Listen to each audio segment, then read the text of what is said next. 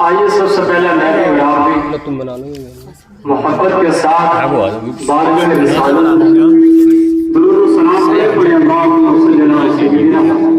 مصطفیٰ و حبیبنا و نبینا مولانا محمد وسلم صلاۃ و سلام علیک یا رسول اللہ صلی اللہ علیہ وسلم۔ میں بھی یہاں پر ایک رسالہ ثواب کے لیے آتے لوگ بیٹھے ہیں، یہ ٹھنڈی ٹھنڈی ہوا کو برداشت کر رہے ہیں صرف ایک رسالہ ثواب کے لیے۔ ہمارے بیٹھنے کا مقصد، آپ کے بیٹھنے کا مقصد صرف ایک ہی ہے کہ اگر ہم سبحان اللہ کہیں گے تو اللہ پاک جو ہمیں ثواب عطا فرمائے گا، ہم مرحومہ کو اس کا ثواب احسان کر دیں گے۔ لیکن الحمدللہ ابھی آپ سن رہے تھے، لیکن کسی کی زبان جنبش دینے کے لیے تیار نہیں تھی۔ پہلی بات تو یہ سب سے میں چیز اس دور کے اندر مجھے نظر آتی ہے کہ انسان کے پاس وقت نہیں، ٹائم نہیں ہے، پھر بھی اس کے باوجود آپ بیٹھے ہیں، اپنا کام چھوڑ کر آئے۔ رات میں تو کام نہیں ہوتا، لیکن کچھ لوگوں کے کاروبار رات میں بھی چلتے ہیں۔ کچھ لوگ اپنے اس ٹھنڈے کے موسم میں گرم گرم بستروں کو چھوڑ کر آئے، وہ اس لیے کہ ہم اس محفل میں بیٹھیں گے تو اللہ پاک ہمیں بھی اس کا ثواب عطا فرمائے گا اور ہم اپنی مرحومہ کو بھی اس کا ثواب پہنچا دیں گے۔ پہلے تو ایک درود پاک کی تعریف سے حدیث پاک سماعت فرمائیں۔ یہ بات جو ہے درود پاک اور بڑے اللہم صلی اللہ علیہ سیدنا مولانا محمد مبارک وسلم صلاۃ و سلام علیک یا رسول اللہ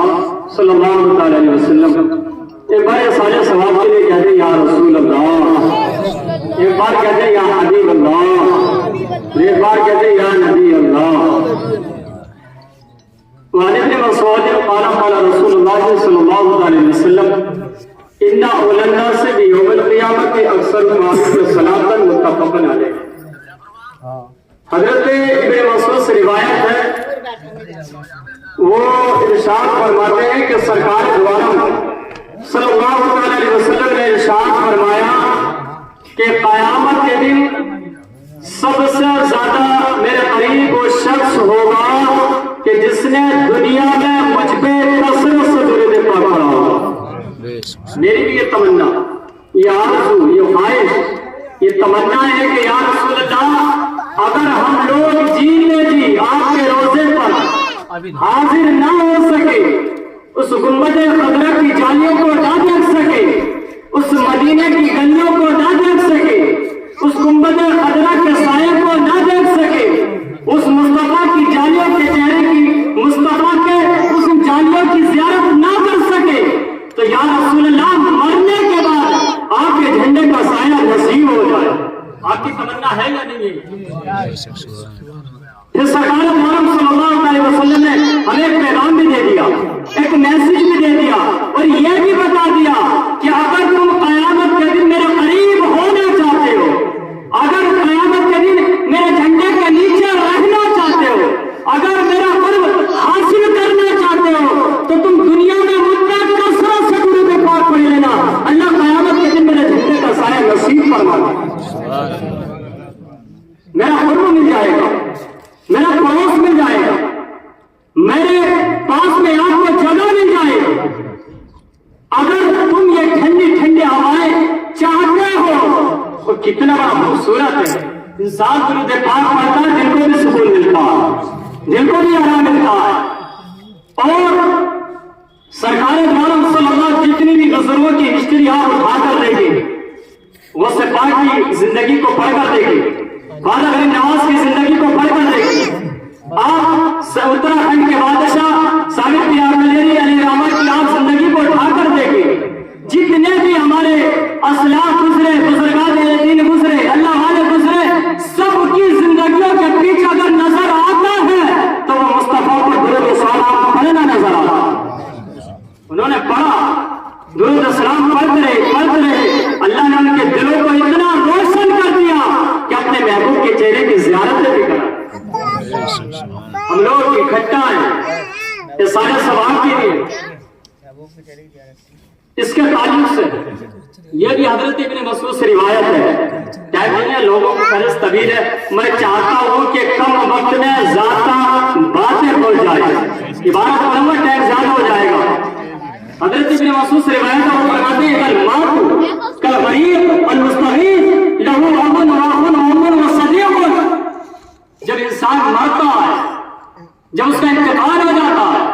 اس دنیا سے چلا جاتا ہے، سانسیں رک جاتی ہیں، اب پڑا ہے وہ اس نانے والے تختے پر بے بس پڑا ہے، آپ اس کا ہاتھ ادھر کریں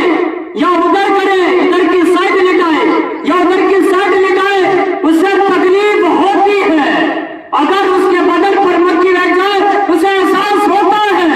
آنے والے کو بھی دیکھتا ہے، جانے والے کو بھی دیکھتا ہے، اور وہ یہ بھی دیکھتا ہے کہ کون آ رہا ہے، کون جا رہا ہے، کون میرے لیے سارے ثواب کر رہا ہے، کون مجھ سے محبت کرنے کے بعد مصطفیٰ پر درود و سلام پڑھنے کے بعد اللہ کی بارگاہ میں یہ دعا کر رہا ہے کہ مولا مرنے والے کے ساری زندگی کے گناہوں کو معاف کر دے۔